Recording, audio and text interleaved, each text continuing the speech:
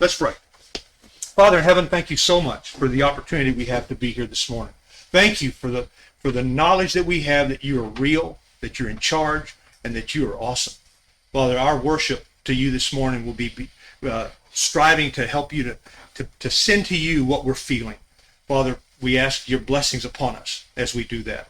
Father, thank you for all the answers of prayers that have gone on in this place, not just in my life, but in Tim's life and different families and different things that have gone on here. Thank you so much, Father. We just pray your blessings. Help us as we study this morning. Help us to learn and to grow, and help us to strive to understand the things that we don't understand now. And thank you for your Son. It's in his name that we pray. Amen. I know Cole, I asked Cole the other day, I said, well, how far did you get in chapter 21? He said, I did the whole chapter. I texted back, I said, you did the whole chapter in 40 minutes. He said, you're kidding, right? He said, yeah, I did. And I said, okay. Some people know how to do that. I guess they do. I don't. I was never blessed with that ability. So, no, I'm not going to go back and rehash it. There's a couple of things I want to do here. I want to look at before we go. I want you to be. We're going to start studying the books of 1st and 2nd Peter. So what we're going to do first, and probably maybe not today. I don't know if we'll get into it. Is some things that have happened in his life. I want you to see his maturity as he goes from here to there, so that you can, when you look at 1st and 2nd Timothy, because it really is a survival manual. It's what it is. You know, I've looked at different commentaries, and they all of them call it a survival manual for living in the opposition, around negativity and persecution, because that's when he was writing. That's who he was writing to. He was writing to people who were being persecuted. And so I want us to look at, from what we've learned, what we've seen, man, this guy's pretty immature. Why would I want to listen to what he has to say? But then find and see where he gets to in his life. So we're going to look at that some. We may start. I've got some things we may look at today, but I want us to go back to, not to where Jesus reinstates him, but we know why Jesus reinstates him. Okay, what has Peter done? This just a few days before. What has he done that Jesus needs to get involved in his life again that way? You remember what he's done? He denied Jesus. He denied him not once, not twice, but 3 times. And so, and the part about it is that he was there. He knew. He heard everything. He saw all the things that were going on, and yet he denied him. So, when you look at this and say, Jesus comes to him, and he's probably, nervous about this, would you think? He would be. I'd be nervous if I'm going to stand in front of this guy that now I'm kind of got an idea. No, I know that he really did resurrect from the dead. I got to put into process all this stuff, and he's probably nervous about what's going to happen. And then Jesus said, "Now I need you to take care of my sheep. I need you to. Do you love me? Do you love me? Do you love me?" He asked him over and over, "Do you love me, Lord? You know I love you. You know I do." And he says in verse 16, and Jesus said again. Jesus said, "Simon, son of John, do you love me?" He answered, "Yes, Lord, you know that I love you." Jesus said, "Take care of my sheep." The 3rd time he said to him, "Simon, son of John, do you love me?" Peter was hurt because Jesus asked him the 3rd time, "Do you love me?" He said, "Lord, you know all things. You know that I love you." Now, that's not what he was saying just a few days before. He was saying, I don't know that. I don't know him. I don't know who you're talking about. I didn't have nothing to do with him. I don't want you to do to me what you're doing to him. Is basically what he was saying. And he said, Jesus answered, "Feed my sheep. Very truly I tell you, when you were younger, you dressed yourself and went where you wanted. But when you are old, you will stretch out your hands, and someone else will dress you and lead you where you do not want to go." Jesus said this to indicate the kind of death by which Peter would glorify God. Then he said to him, "Follow me." Okay? Now, Peter's got a lot of life ahead of him. He doesn't realize what that's going to mean, what's going to be involved. There's going to be a lot of things that are going to happen in his life past that he's going to have, that's going to start to mature him. Something I learned over this last 10 days is how immature that I was in certain things in my life, and how I needed to grow up. I needed to grow into a better individual, I'm going to have to learn some things over again that I did not know, or that I wasn't willing to listen to and look at. And I'm not going to tell you what they are. I'm just telling you, being honest with you, when you have a trauma in your life, when you have something happens in your life, you learn things about yourself that maybe you're not very flattering, maybe you don't like very much, and so you have to learn different. And I've got a wife who I love deeply, you know, and thought I almost lost her. And, and I know that, that I'm going to have to help her navigate some of the inconsistencies she has in her life. So I'm going to have to do that for her. And I've always been so independent, I didn't want to do that. Well, I have to do that now. And that's okay. That's good. I'm looking forward to it. Looking forward to finding that and that place where her and I can really become that unit now in a different place. I've watched Gary and Marilyn do it. I've watched him do it, and I'm going to learn from him. I called somebody else who I knew had been through a wife with a stroke, and I said, I need to sit down and talk with you. I said, because I'm scared. I don't know what to do. I don't know what's going to happen. I don't know how this is going to work. And so I need you to help me to figure it out so I can process it. And Peter is going to having to do that now. This has been traumatic for him. Wouldn't you think? I would have thought it would be real traumatic. He was really close to Jesus. And then he denies him and knows he did. And then here's Jesus saying, I need you to reassure me that you love me, and I need you to know that you're going to feed my sheep while I'm gone. Now, and look at what happens next. This is where I want us to go. Peter turned and saw that the disciple whom Jesus loved was following them. Now, this is most likely John. It's who we don't have record, a text that says it was, but we're pretty sure that's who it was. Peter turned and saw that the disciple whom Jesus loved was following them. This was the one who had leaned back against Jesus at supper and had said, Lord, who's going to betray you? Remember, we talked about that in chapter 13. And he said, when Peter saw him, he asked, Lord, what about him? So John is following in a distance. Jesus and him are walking, and John's following in a distance, okay? And he turns around, he sees John coming. He said, well, what about him? What about him? You've already told me that people are going to dress me and take me where I don't want to go. So you said some things. You told me what you want me to do. And so what about him? And he said, and Jesus answered, if I want him to remain alive until I return, what is that to you? You must follow him. You must follow me. Because of this, and then because of this, the rumor spread among the believers that this disciple would not die. But Jesus did not say that he would not die. He only said, if I want him to remain alive until I return, what is that to you? Now, what can I learn from that text? What can I learn from that short dialogue where Jesus says, that's none of your business. It's none of your business what I'm going to do with him. We spend a lot of time getting in everybody else's business, don't we? Yeah. We do. We get, and that comes natural to us. We get involved in our wives or husbands' business where we really maybe don't need to be involved in, and we need to learn. I think from this text, I need to learn. You know, I need to spend a great deal of time working on Dan, and don't worry so much about working on George or working on Paul. Paul needs to figure out he needs to work on Paul, and not work on Delissa. You know. Let God's going to take care of the things that I have no understanding about. I saw Pam out there and I said, are you guys going to get the bus out? And, oh yeah, we got it. We're going to go pick them up and then we're going to take them back in the car. And I said, you know what, Pam, I'm done. I'm not going to worry about this stuff. I worry about everything. I ain't worry about this stuff. I'm going to let you guys handle it. And you know what happened? Bus is gone. Kids are gone. I didn't have to deal with it. Yeah. So I got to quit worrying about things that I don't need to worry about. You know, Jesus, and I'm going to preach at Fort Trend next week, and I'm going to preach out of Luke chapter 12, where it says, why are you worrying about about this stuff? You know, today has enough problems of its own. Yes, ma'am. Well, and I think it reminds us that we're really in control of nothing ourselves, and we try to control everyone and everyone else. You know what was happening on June the 1st? You know what was happening on June the 1st? What was happening on June the 1st? Burger night. Burger night. Burger night. Kids were Who was sitting right there? Who was sitting there? Georgia. What was she doing? Eating a hamburger, right? Talking with her family, talking with some of y'all. The next morning, I find her laying on the floor and she can't move. Just like that. That's how fast. So you're right. We don't have anything guaranteed. So, you know, I look at it and say, I can't worry about that. Now, as a leader in my family, or I have certain things I have to deal with. You know, as a leader in your family, you worry about your kids and things that are going on with your kids. Y'all have to worry about that. Right. But I don't have to worry about whether men's breakfast will get done, because ladies in here stepped up and did it. You know, and Georgia said something yesterday about things at church, and I said, don't worry about it. We got this. This is taken care of. Got it. She said, I got this to do. And I said, no, you don't. You got nothing to do right now except get better. She may not be able to find things in the kitchen, but we did. Say that loud. Jordan, she said, you may not be able to find things in the kitchen, but Later, help straighten it all back. we'll help you straighten it all back out later. You know, and I really think at this point in her life, she don't care. Yeah. I think she's got a point she don't care. It's not Yeah.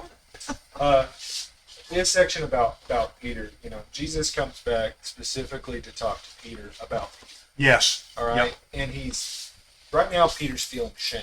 Mm-hmm. Okay, because at the Last Supper, around that time, he's like, "I will die for you, Jesus. Yeah. I will die for you." And when rubber hit the road, he turned into a coward and denied him three times. And then Jesus comes back, and he's trying to get Peter to realize that his words don't mean anything. Yeah.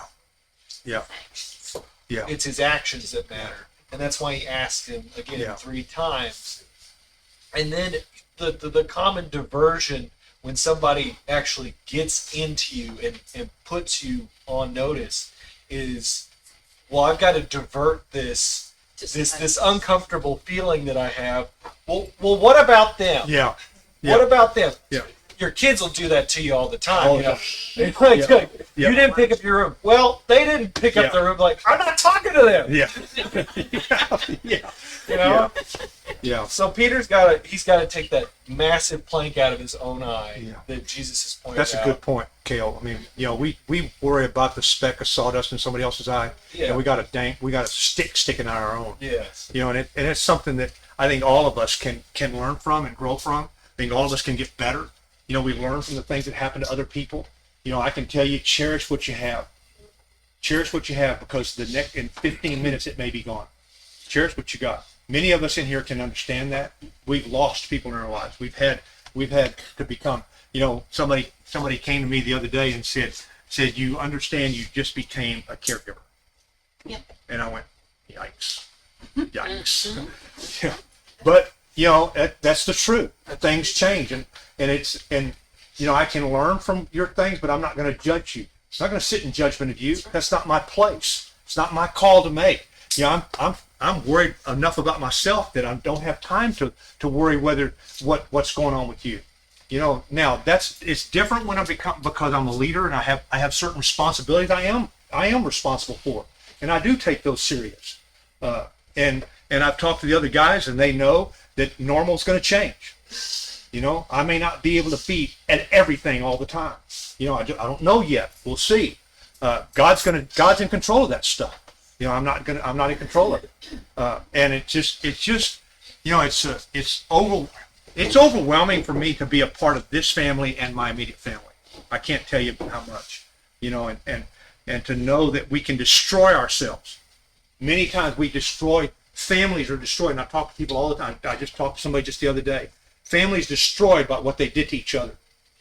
Just destroyed each other from inside, and just killed each other. And I don't know if there's any putting it back together. I don't know if we can. Humpty Dumpty's broke, and I'm not sure we can put this one back together. And it's just sad, because I know that it didn't come from the outside. They destroyed themselves from the inside. And that's sad. And I think that we need to be aware of that, of this statement from Jesus. What is that to you? In other words, it's none of your business, Peter, what I'm going to do with John.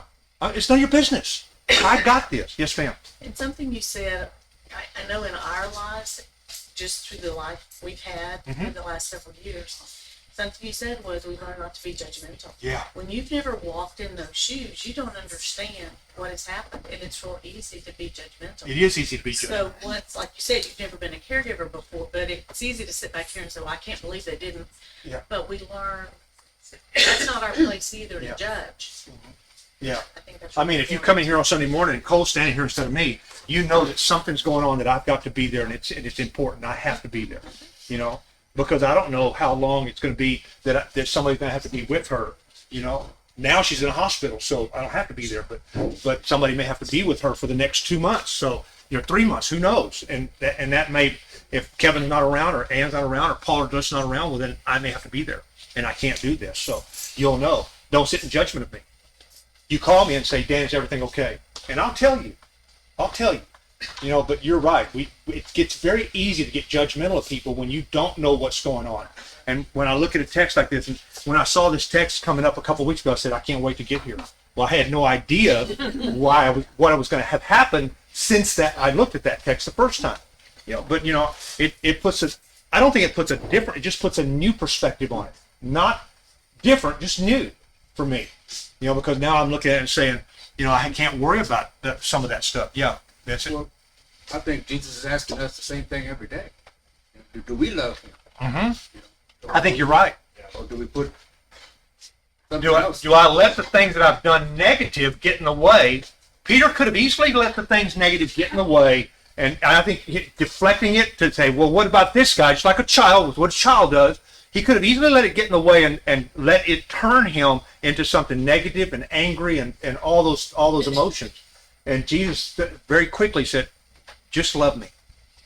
You'll prove your love by what you do and how you do it. And he said, just love me. And he said, feed my sheep. I said, I'm not going to take your job away from you. You have a responsibility. You have a job that I've prepared you for. Do your job. Yeah. Yeah, that's a good point about the feed my sheep part. He's taking his words and putting them in the context of action. Absolutely. Absolutely. Right? It doesn't matter what he says. Yeah. It matters what Well, he does. we can say we love somebody all day long, and in many instances, it's just a word people throw around. It doesn't mean anything. When you connect it with what God says in 1 Corinthians 13, and really become that, and then something happens like with you guys back there with Sid and Bendra, and you have to show that you love somebody. You have to prove it by how you live your life, and how you take care and do those things, and really let 1 Corinthians 13 come alive in your life. You know what I'm finding out? People are watching you. I know that I have been under the microscope before. I understand that. But now it's different because they're going to watch and see how does this family respond to what we're doing, because if they go through it, they're going to need an example. How do we go through it? Paul said, follow me as I follow Christ. That's what he said. He said, imitate me as I imitate the Father and I imitate the Son. So, we have been put in a position now where where we will be under a microscope. Peter was going to be under a microscope. We'll see it when we get to it. I got 1, 2, 3, 4, 5, 6 different texts, and one of them is in Galatians, and Paul's going to get in his face. He's going to get in his face, and what I'm going to remind you when we get to it is that was written 10 years before 1 Peter's written. So he had some growing time to do. All right.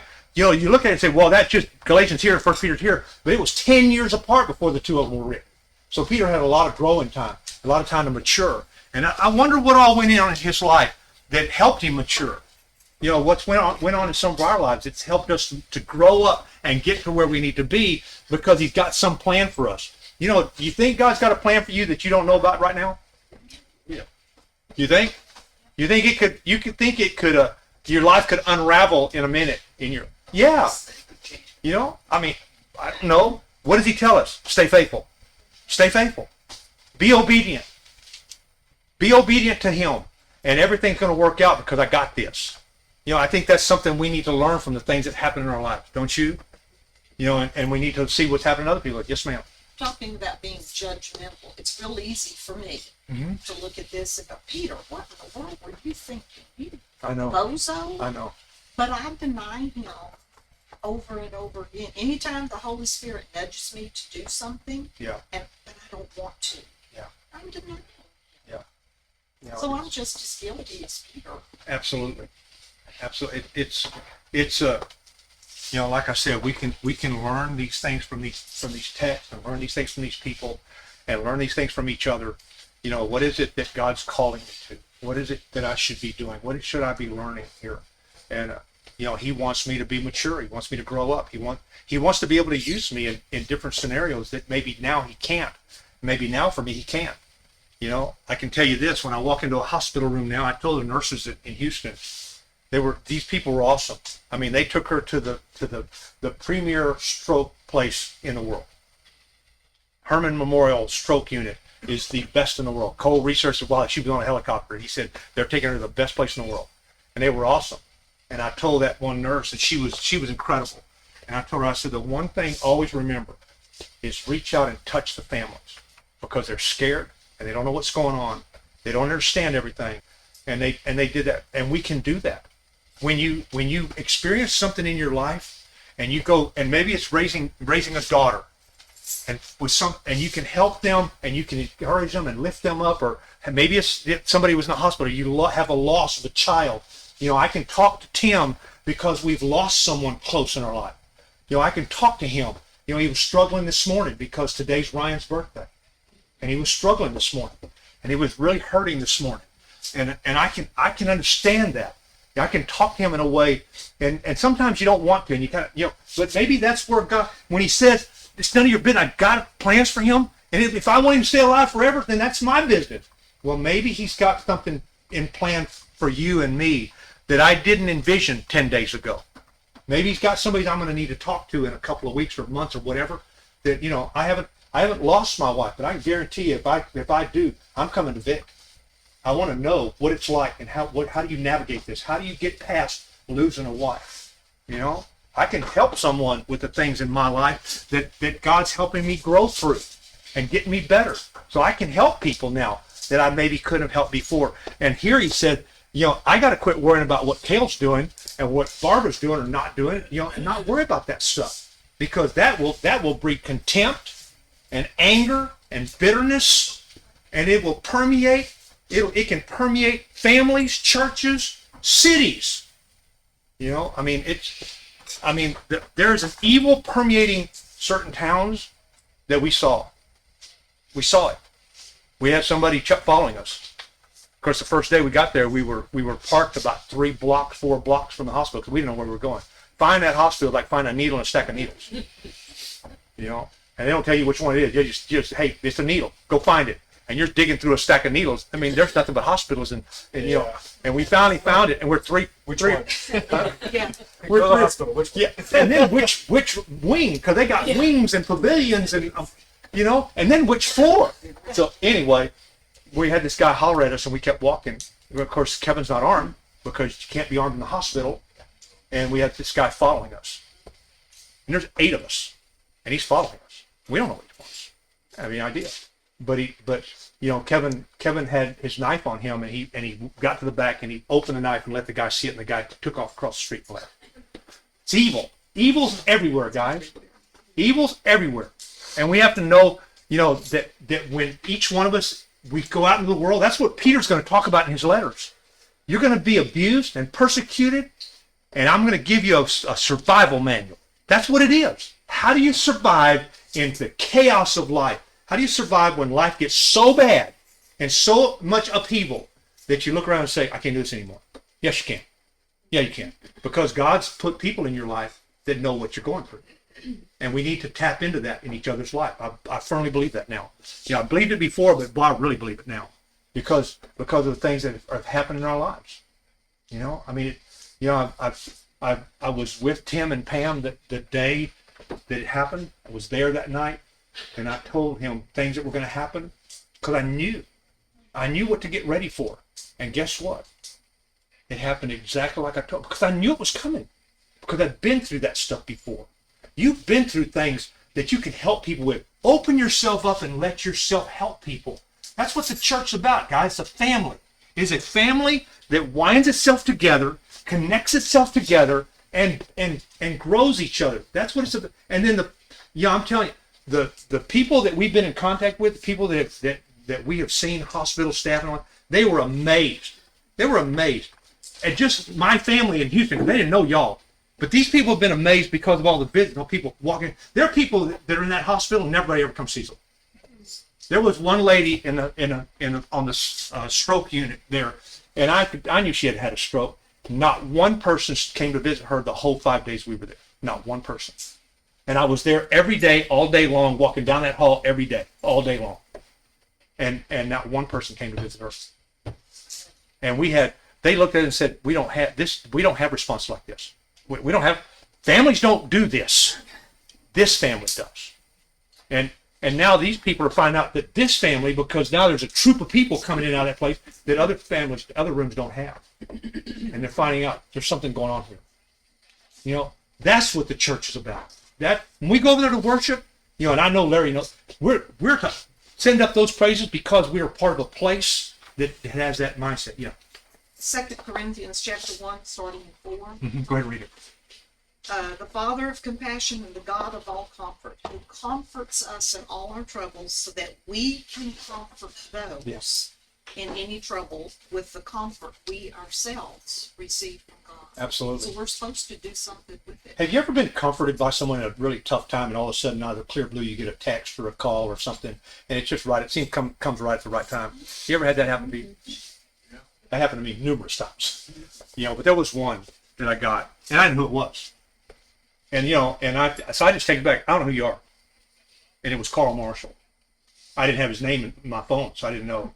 And it was just a short text, but to know that he was thinking about me and thinking about my family and thinking about my wife, it really jacked me up that day when it came in the middle of the afternoon, and that's a really tough time because you've been there all day long and you're hungry and you can't go because the next thing may happen. We're watching her blood pressure, and her blood pressure is going like this up and down, and we don't know if there's something else wrong. And it was crazy. And then to get a text, or to come home and get a card like y'all sent, it just, I got them hanging on her blinds in her room. Got the cards hanging that we've got, and it's, you never know. So if the Spirit moves you to do something, do it. Do it, because it may be what the party on the other end needs right that moment and right at that time to get through something really, really difficult. Peter is going to help us survive this world. And we're going to spend a lot of time in that book, in those two books. You know how I study, guys. I'm not going to take one 40-minute class for one chapter. It's not going to happen. We're going to be at it. You guys that study with us in Hebrews, how long did it take? 3 years we studied Hebrews? We studied Hebrews a long time. It's not But in I'm your telling you, genetics. huh? It's not in your genetics. No, it's not in my makeup to do study like that. I can't, because there's so much there, and I want to learn it all. And I want us to learn it all. If you think about Peter, just if the name comes up and you think about Peter, and you think, I wrote a couple things here I'm going to read to you. Here's a man in many instances, these are my own thoughts, I didn't get them from nowhere, I just, in many instances, has the same character flaws as many of us. He's flawed character-wise just like we are. And he gone through much of the same persecutions and oppositions and negativities in his life that many of us have as well. He's going to go through it. Maybe it's a different culture and all that, but he's gone through those things. He's a married man and having to navigate. We don't hear him much about that, but having to navigate how he does that, I don't know how he did it, but he does. And sometimes he's brash, sometimes he's arrogant, he's impulsive, and he has the same fears and confusions just like us. We all have. How many of you have no character flaws in you? See what I mean? Hands up. So every one of us can connect with him, because in many instances we're just like he is. So when you think about Peter, what comes to mind? What's the first thing that comes to mind when you think of the guy Peter? What's the first thing that you think of? What do you think of? I was the impetuous Peter. Impetuous. Yeah. Explain what you mean by impetuous. Well, when you said impulsive, that's just kind of the same thing. Yeah. He didn't think things through. We just knee-jerk reaction. Yeah. That kind of thing. And we're going to look at a couple of texts when we get there. Probably next week we're going to look at some things where that impulsiveness comes out. Okay? Yeah. There's 12 apostles, right? Yes. And what's unique about Peter is that he's the one that stands out, Yeah. right? He's the one that you have most of the stories about. Peter's the one who's, I'm going to come walk out to you, Jesus. Everybody else is out in the boat, but Peter doubts, Yeah. right? Peter's the one that came out of the water, Yeah. right? But, He sinks. He gets wet. he sinks, but he's the one that actually wanted to walk out there to see Jesus. I love Peter because he's the one that at least tries. Yeah. Right? Yeah. He of course doubts because, who wouldn't? Yeah. But at least he goes. Guys, and you're right, Cale. I mean, he's so impulsive. And he just does. You know, he sometimes he's the kind of guy who speaks before he thinks. You know, But kind of that's that kind of passion. you get that from him. He acts before he really thinks about what he's doing. If anyone's led by the Spirit, Mm-hmm. Peter's the one. Yeah. You know, and I look at Peter and I think Jesus knew when he picked him Right. what he was going to be like. That he was going to probably lead. He was going to be that leader, that strong. And then at the end, how bad he must feel that he has let this guy down. He knows.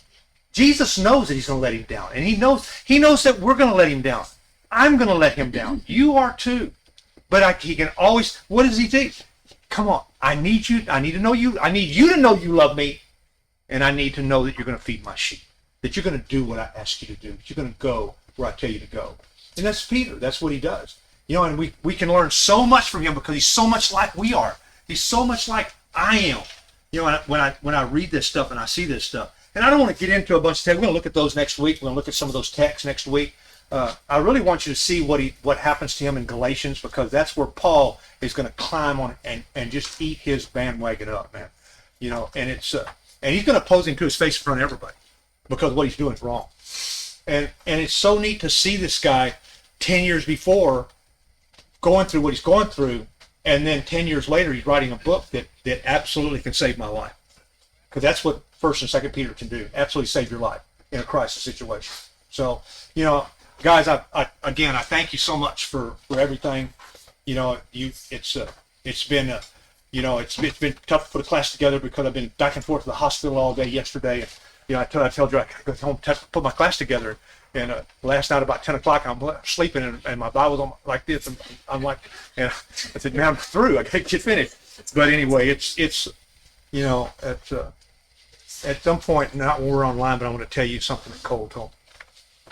You know, I won't tell you online, but I want to tell you at some point what he told me. He is completely and thoroughly impressed with this place. He says that every week. He is, but it was some of the things he said to me that he said I watched it. He said I watched this place be a family. He said I watched it. I watched people step up and be a family, and he said it was amazing to watch because it doesn't always happen everywhere. No. It's not the way it is everywhere. All right, guys, we're gonna pick up this introduction next week, and then we're gonna start 1 Peter chapter 1 next week. All right. So you guys be reading 1 Peter. All right. Read it for me. We'll see you next week.